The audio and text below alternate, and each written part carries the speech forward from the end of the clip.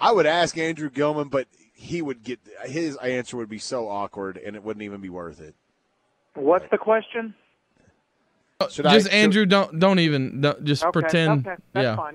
I'll let you look up. Trust me, you don't want to answer this question. I don't. Well, if you want to ask him, Todd, go ahead. No, I didn't hear what you're talking about. We can just move on and do some radio gold. I want to ask Andrew about the Thunder. That's what you want to ask Andrew about, right? Good transition. Yes, Andrew Gilman, our Thunder insider. Go ahead, Todd. Well, about what, Zach, 2-3 months ago, we had the discussion of what team, if you're the 8 seed for the Thunder, do you want to play? The Grizzlies or Memphis. Now it's the Grizzlies or Golden State. Now it's Houston or Golden State.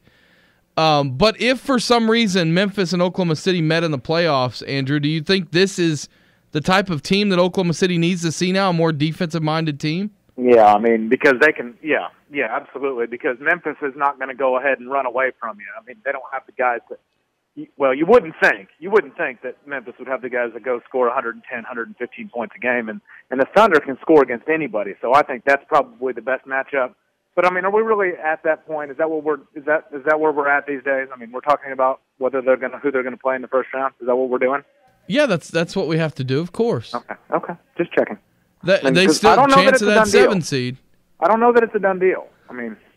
Well, they could face Memphis in the second round, I guess. Wait a minute. I'm saying I don't know if they make it in the first round. Yeah, Todd, I don't think you're understanding. Oh, I got you. I think Todd's completely blocked out the chance that the Thunder missed the playoff. I think a lot of people have blocked it out. Well, I don't think that's smart to do. Now. You got a giant foam finger and getting in the way. Yeah, put down your Thunder My bad. here, Todd. Gosh, I always bring these things to work with me. Hey, can I say something, Zach, Todd? You're our guest, so you're more than welcome to say something. Do we have a choice? Go ahead. No, you don't. You don't have a choice. But I've been advocating this for the better part of 3 seasons, that they just need to be give up on defense, essentially. I saw you write about this. And here's the deal. I do believe they now have given up on defense because it takes immense amounts of skill and talent and all the intangibles to score baskets. On defense, you can be a great defender, certainly. But I think, and certainly argue with me here, that 80% of defenses really want to. And I know they're missing Ibaka and Collison and whomever, even Durant. But I don't think that they have the makeup of guys on their team that want to play defense. I think Anthony Morrow tries, but, God bless him, he can't play any defense. And Enes Kanter, he doesn't have the makeup to play defense. And Kyle Singler and Novak and these guys that they're trotting out to try to guard Dirk, that's silliness. They don't have the makeup, and even Westbrook doesn't have the makeup to want to play hard-nosed defense. So if that's the case, which is fine, then just figure out a way to get better on offense. To prove your point, Andrew, I heard Enes Kanter the other night, and I'm pretty sure that he said in his postgame, someone asked him about defense, and he said, yeah, we've got to play better like we did the first 3 quarters. 3 quarters of what? Right, well, they give 101 points in 3 quarters. Well, that was, I believe I described it as, that felt like an all-star game if Kyle Singler were an all-star. That's a lot of points. All right, here's my issue with you saying that, and I've done a monologue on this before. We've talked about this. I do believe we've talked about this. Have we? I have a tough time.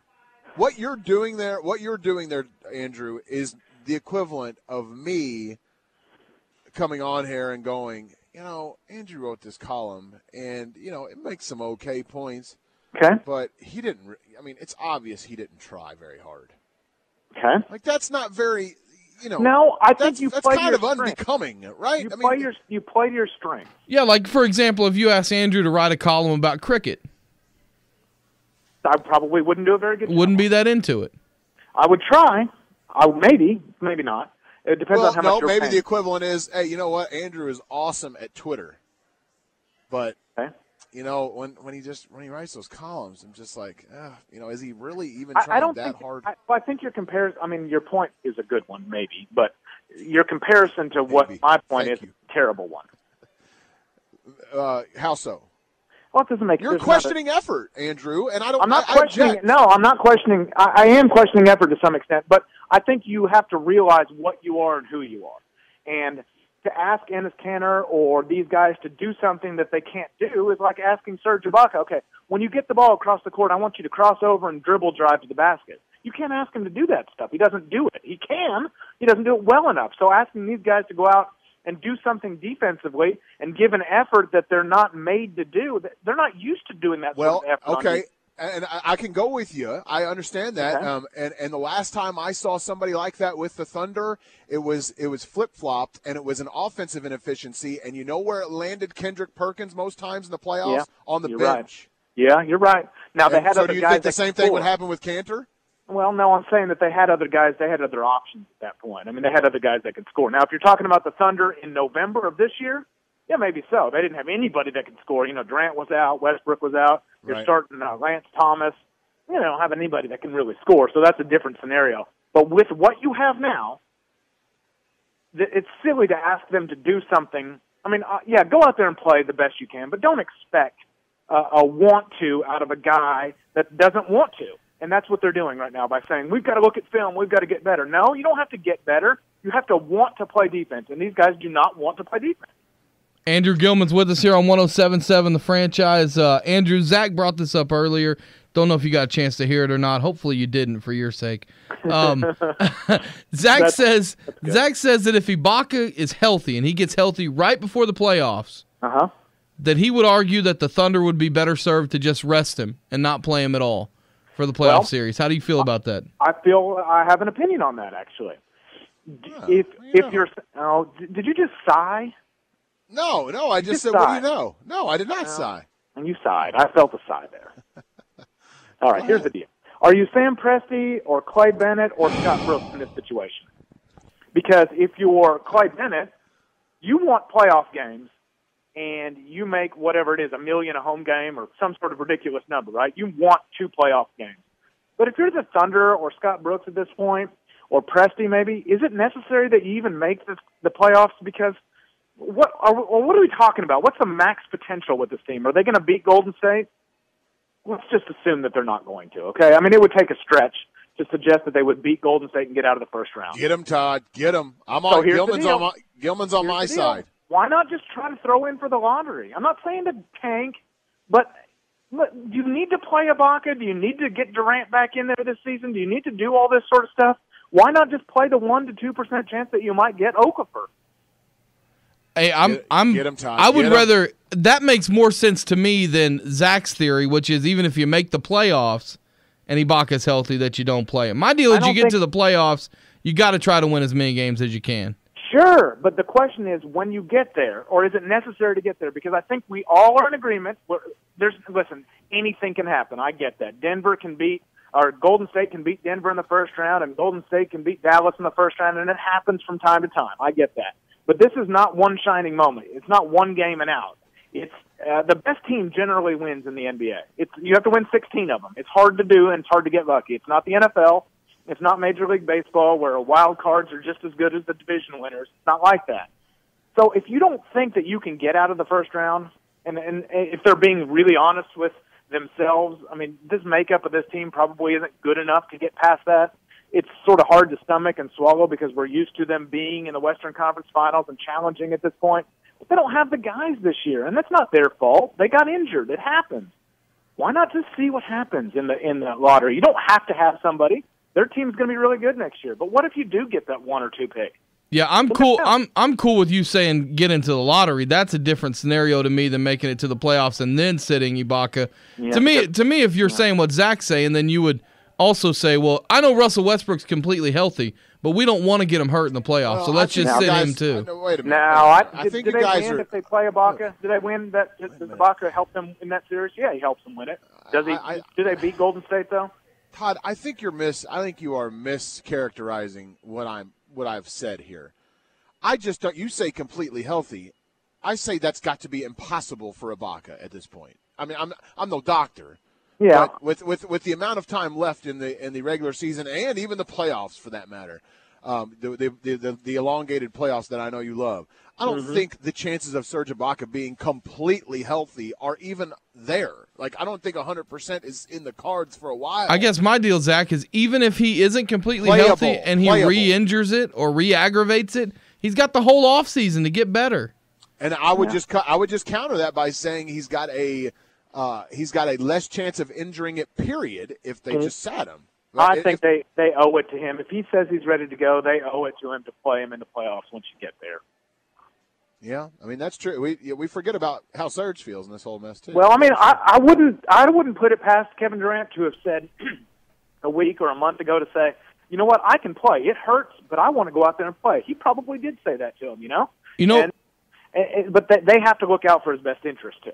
You know what it reminds me a lot of, and Andrew, you'll remember this. Zach, you weren't around here then, but I'm sure you remember this as well.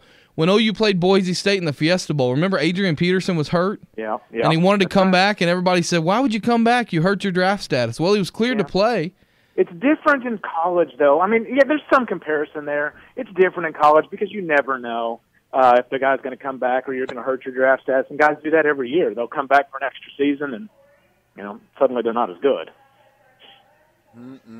All this rest that NBA players get now, and all this, sitting because he doesn't feel right or sitting on the second night of a back-to-back. This is becoming such a girly league. Well, I don't know but can you keep those feelings separate from, we're talking about, a 1% chance at a lottery pick and a 1% chance of beating Golden State. I mean, it's a little different than sitting the second night of a back-to-back. Yeah, and there are hundreds of NBA players that would love to play in meaningful playoff games, and Serge Ibaka is just going to sit. They do give them extended rest in the playoffs anyway because everyone's on the same rest, especially the first round. It seems like it takes several weeks to get through. But the Thunder get in, they get 2 home playoff games, and, they're pretty good at home. They've only lost a few games at home, so they've been pretty good since the All-Star break. But I hate even thinking the fact that maybe it's just not the year to even worry about the playoffs. And I know that they're only a game and a half up, but it doesn't seem like it's that guaranteed at this point.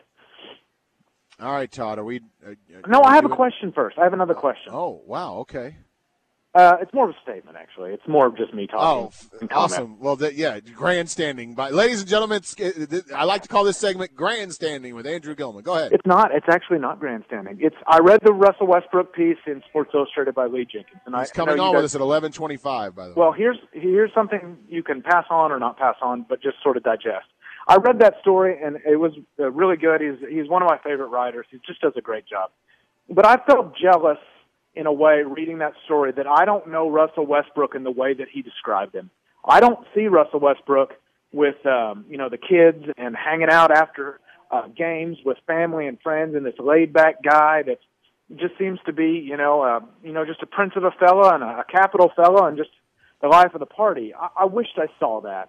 And I know Lee had a slight glimpse into that, but I never see that. And I don't know if that's my fault or his fault or the team's fault or any combination of it. I'm not blaming anybody. I just was jealous that I never get to see that. I know. That's a bummer. It is a bummer because we don't get to know him and he doesn't put himself out there. So I think there's a combination of all of those things at work. But certainly ask Lee about that. That would be good. What time's he coming on? 11:25. I'll tune in. Todd is an international superstar. And Andrew. He's well-versed in Italian cuisine, Asian-made vehicles, and European soccer. Excuse me, football. And but Andrew. Management frowns upon Todd's soccer talk.